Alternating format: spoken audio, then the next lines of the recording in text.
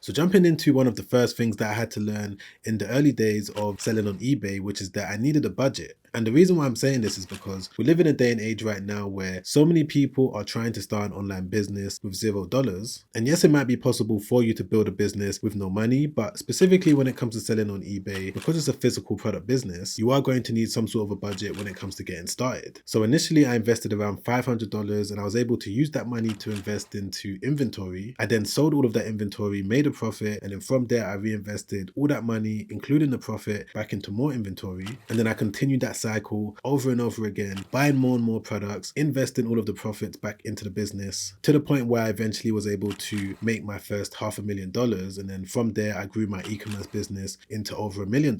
Now, when it comes to building a business on eBay, you've got two different options. You can either do eBay dropshipping where you don't really need that much money to get started because of course you're going to buy the products from the supplier once you make a sale. But the second way is to do exactly what I ended up doing, which is by buying the products in bulk from a website like Alibaba.com. eBay dropshipping is something that I do now and then, mainly when it comes to testing out products and when it comes to me selling products that I'm not necessarily looking to scale. But once I found the product that I know that I'm going to be able to definitely make money from, the way that I like to do things is by finding a supplier that's based in China, finding products that I'm going to be able to get at the best price possible, shipping those products into my country, which is the UK. And then from there, me and my team was pick, packing and shipping out all of the orders that we was getting on a daily basis. So you can definitely start off with eBay dropshipping if you want to, but once you found the winning product that's bringing you consistent sales on a daily basis, that's the point where you're now going to have to consider getting a budget, putting some money to the side so that you can buy a whole bunch of them at one time so that you can import it into your country and maybe send it to a fulfillment center that's going to ship out all of the orders for you.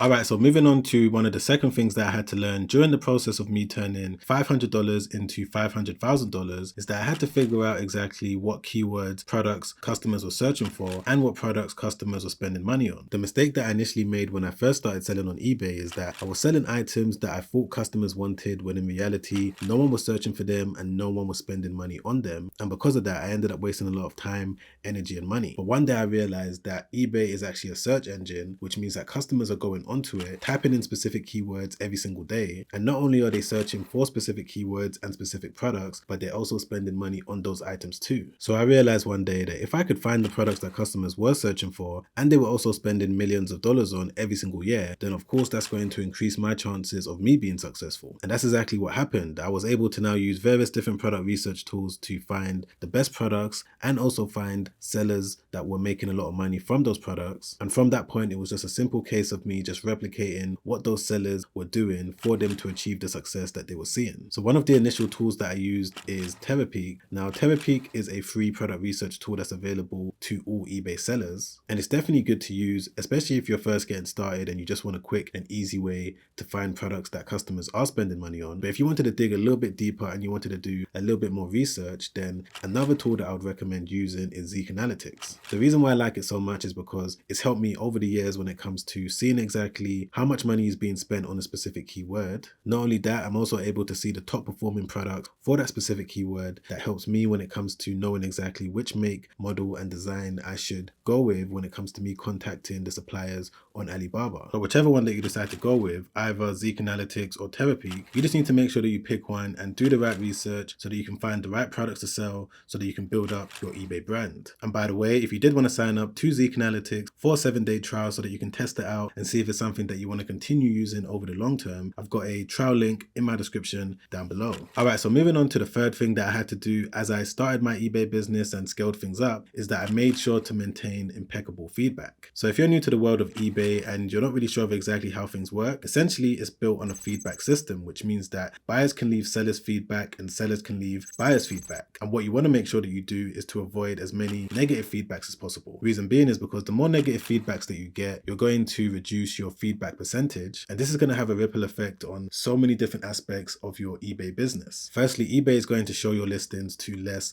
and less people. And the people that do come across your listings are most likely not going to buy from from you, because they're going to see that previous customers haven't been really happy with your service or your quality. Most customers don't go through and read each individual comment. What they do is that they just look at the percentage in terms of your feedback score. So you need to make sure that as you're building up your business, you're trying to accumulate as many positive feedbacks as possible, so that even if you do get a negative feedback, it's not going to reduce your feedback percentage too much. And there's a number of different things that I did when it came to making sure that I was maintaining a really good feedback score. One of the first things that I did is that I made sure that I was meeting the customer standards, as I just said now, in terms of what I promised them in the listing. If I said that they're going to receive a specific item, and I also promised them that they're going to receive it on a specific date, I always made sure to stick to that date, because I knew that if I didn't, I was going to put myself in a situation where I was going to get a negative feedback. And one of the second things that I made sure to do is to study the eBay policies when it comes to removing negative feedback, because even though, yes, I always tried to make sure to stick to the standards within the listing, I always made sure to ship out my orders on time. As you guys know, we live in a world where people leave negative feedback for no reason, even if you've done everything on your part perfectly. There's a lot of customers out there that maybe had an argument with their husband or wife, or maybe they just got fired from their job and they want to take it out on you by leaving you negative feedback. And this is something that I experienced hundreds of different times. But because I spent a lot of time studying exactly when eBay will remove negative feedback and what you need to do to protect yourself, I've been able to build my store in a solid way. And there's a certain process that I follow when it comes to removing negative feedback, and I'm not going to be able to go through it in today's video. Otherwise, this video is going to end up being 1 hour long. But if you did want to know exactly what I personally do when it comes to removing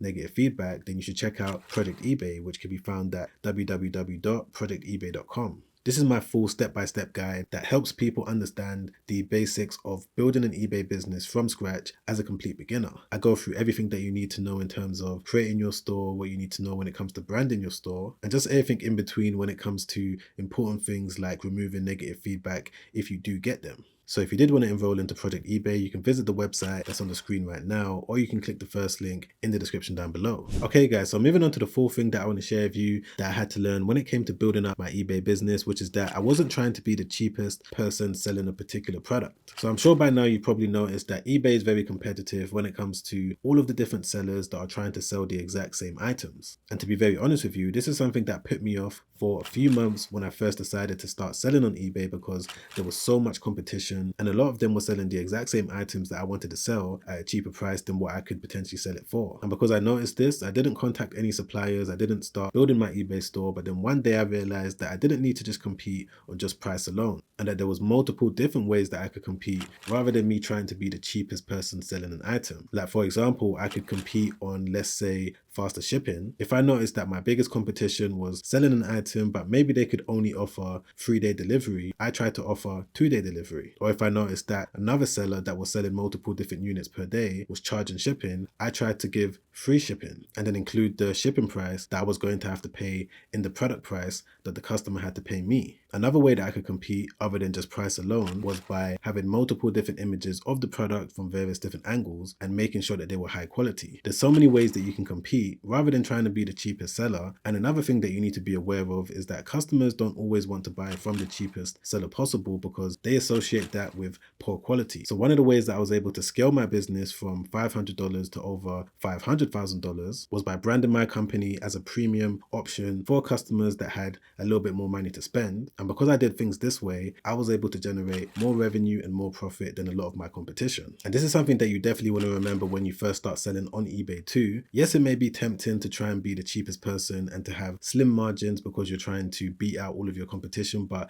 this may not be the best long-term strategy to take, especially if you're looking to build a brand over the long term, because eventually you're going to end up running out of money. Eventually you're going to end up having to sell products at a loss, and as soon as that starts happening, that's when your business is going to be in real trouble. All right, so moving on to the fifth thing that I want to share with you that I've applied to my eBay businesses over the years and just my online businesses in general, which is the concept of rinse and repeating. And what I mean by this is that once you figure out exactly what's working in your eBay business, you want to do the exact same thing over and over again. And to give you a practical example of what I'm talking about, as soon as I was able to understand what goes into finding winning products, and I knew exactly how to buy those winning products from suppliers, and I learned exactly what I needed to do when it came to getting those eBay listings ranked higher in the eBay search results, I did the exact same process again and again with brand new products every single month.